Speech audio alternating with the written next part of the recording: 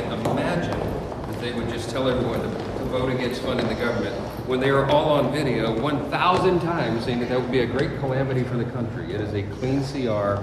There is zero reason for them not to support it. Well, as soon as today, the House of Representatives could vote on a continuing resolution to avoid a government shutdown. In the nearly evenly divided chamber, its passage could come down to just one vote.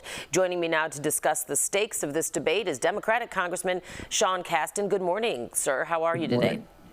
We're doing all right. Yeah, it's going to be a big week, I know. Now, this extension bill includes $13 billion in domestic spending cuts. It provides additional funding for deportation efforts and increases defense spending by $6 billion. But we understand you and fellow House Democrats plan to vote no. Is that the case? And if so, why? So thank you for clarifying that this is, you heard Mr. Johnson say that this was a clean CR. As you noted, this is not a clean CR. It's got a lot of cuts in it. But it's important to understand we are right now in the middle of a government shutdown. Every time I'm home, I'm talking to people at EPA offices downtown, SEC offices downtown, wondering if they're going to get cut. I had a constituent whose brother was stuck in Cambodia because USAID was shut down. That is not a legal government shutdown. It's not a constitutional government shutdown.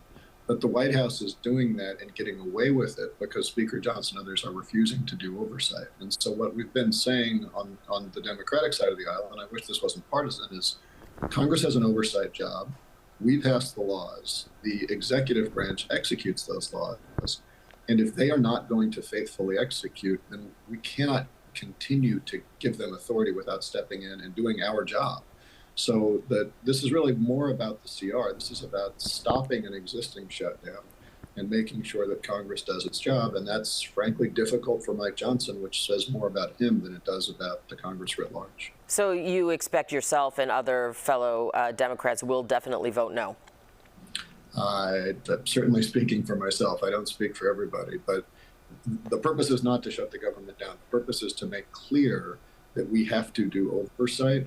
The White House is causing massive disruption to our economy, to our society, and we are a co-equal branch, and we can fix that, and that's got to be the first priority. Speaking of congressional budget oversight, is it true that the Senate wants to pass a provision that would eliminate congressional oversight, giving the president full control of the budget for the rest of the year? I haven't talked to my Senate colleagues about that, but it's not surprising and it's troubling. I mean, look. One of the first cuts that Trump made was to fire the inspectors general and the whistleblowers. These are the people who prevent waste, fraud, and abuse in the government. These were jobs that were created in the wake of Watergate because of the excesses of the Nixon White House.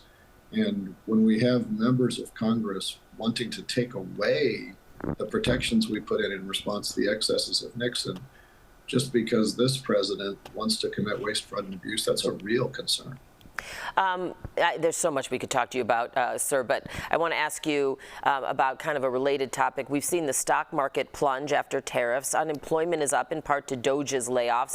And now the White House says some Illinois federal buildings are up for sale. How is all of this going to affect Illinois, your district even, and how is the Illinois congressional delegation reacting? With white hot rage. I wish that was funny. So on the tariff side, Illinois is thankfully, a state that is heavily interconnected with the rest of the world. We import a lot of goods from Canada, from Mexico. We've got a lot of global businesses here. We also export a lot. That means that we are particularly exposed to some of these sort of arbitrary tariff policies.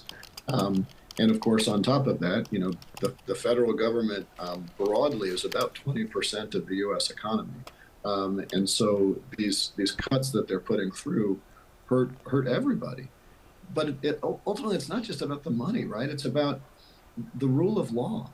If you sign a contract with the federal government, should you assume that the federal government is going to obey the law? We're actually having to ask that question.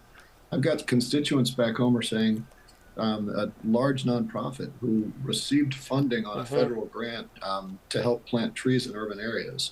Apparently that was described as woke because, I don't know, it had trees in it. And now they're wondering whether they can fulfill their responsibilities to subcontractors right. because they don't trust the United States government to carry out the law. That is hugely disruptive. It's how you turn the United States government into Argentina. And it's one of many things. I mean, there's so much to talk about, you know, with you, and unfortunately, television, you know, time is always a constraint. But we hope to have you back in the future. We'll see how things go this week.